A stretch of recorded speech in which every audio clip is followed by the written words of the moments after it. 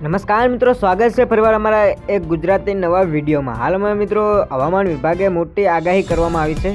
જે હા મિત્રો, તે તમને હવે વિડીયોમાં જણાવી દઈએ। મિત્રો, હવામાન નિષ્ણાત અંબાલાલ પટેલના મતે એક મોટી આગાહી કરવામાં આવી છે। જે હા મિત્રો, તે તમને તેની અસરો અને નબળી અસરો જે થશે તે તમને અબી હાલ જણાવીએ। વાવાઝોડાની શક્યતા ઓછી થશે।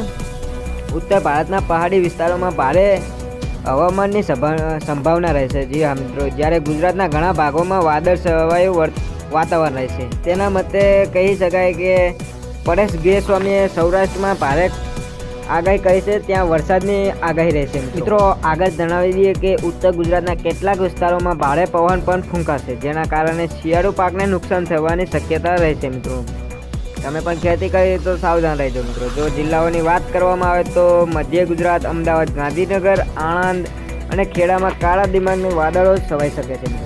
આ 4 દિવસ દરમિયાન ચારેય જિલ્લાના 1-2 કેન્દ્રોમાં છૂટા છવાયા પવન ફૂંકાશે। મિત્રો, બંગાળની ખાડીમાં લો પ્રેશર સર્જાતા પશ્ચિમ ઘાટમાં વરસાદ વરસવાની વધુ સંભાવના છે। મિત્રો, ખરાબ હવામાનની પ્રતિકૂળ અસરને કારણે ઊભા કૃષિ પાકોમાં રોગોની શક્યતા વધી રહી છે, જે ખેડૂતો માટે ચિંતાનો વિષય બન્યો છે।